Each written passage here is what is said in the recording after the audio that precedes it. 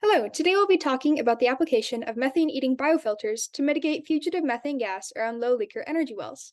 I'm Malana Loxam, and this summer I had a peer internship to work 16 weeks in Dr. Ryan's lab with Dr. Adelaide. My supervisor planned and taught me how to do the experiments and calculations, and after that I ran the experiments and completed calculations mostly independently with further collaboration.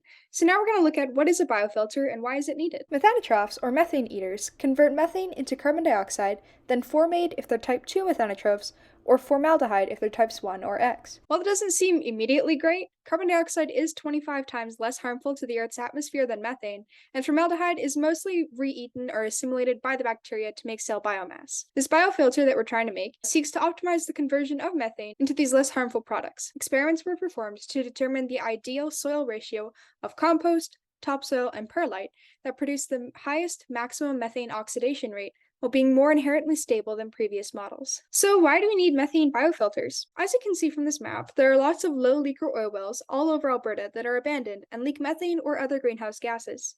Alberta pledged to reduce methane emissions by 45% in 2025, but current methane biofilters decrease in efficiency and usually stop working over about 3 years due to instability and biomass buildup. This new biofilter seeks to limit these effects by creating a novel filtration system that does not create harmful byproducts, is cost-effective, requires minimal field operation, is maintenance-free, and is environmentally sustainable. The three main detriments and dangers of methane is that it can explode in confined spaces, it traps additional heat in the atmosphere, and is detrimental to Alberta's current leading industry. Our main research objectives were to optimize the conversion of methane into less harmful products through calculating the maximum methane oxidation rate, or Vmax, and finding the most ideal soil ratio that produces this value, while being more inherently stable than previous models. To prepare for the logistics of building the biofilter, many different soil characterizations were done. This included moisture content, how much water each sample could hold, perlite held the most, water holding capacity when we mix different samples together, particle sizes, organic content in each one, compost had the most, pH levels were tested since methanotrophs require a pH of 5 to 8 to function optimally, and bulk density as well as particle density. Before the soil samples could be used in maximum methane oxidation rate calculations,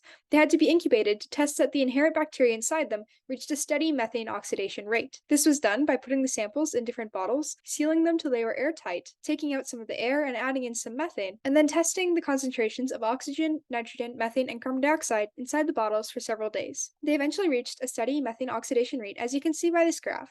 T stands for topsoil, C for compost, and P for perlite. The perlite took a long time to reach a steady rate, while compost and topsoil were much faster. Then, via the Dollart design, 21 different combinations of soil were created with different moisture contents as well as temperatures, so that we could calculate the maximum methane oxidation rate. The SRA 8610C gas chromatograph was used to run the gas samples from each of the 21 Vmax bottles in duplicates and triplicates. 3 milliliter samples were taken from the Vmax bottles and run through the GC one at a time. Each run took about 19 minutes and 26 seconds. The computer attached to this GC would gather data from the run and transpose it onto a graph. Arrow 1 shows oxygen, next is nitrogen, methane, and carbon dioxide.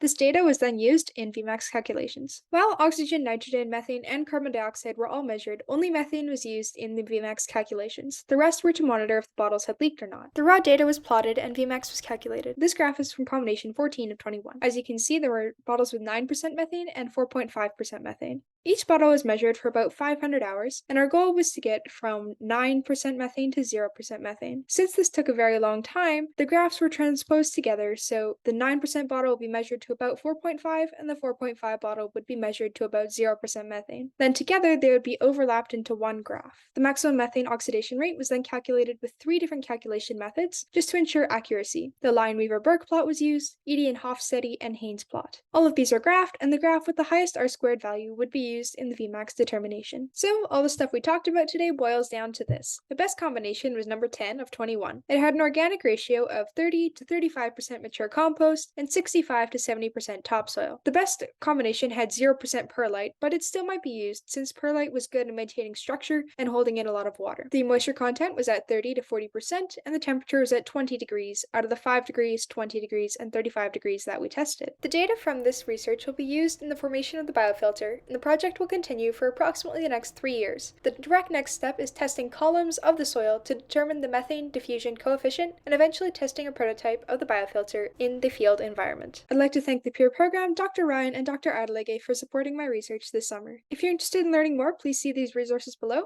and thank you for your time.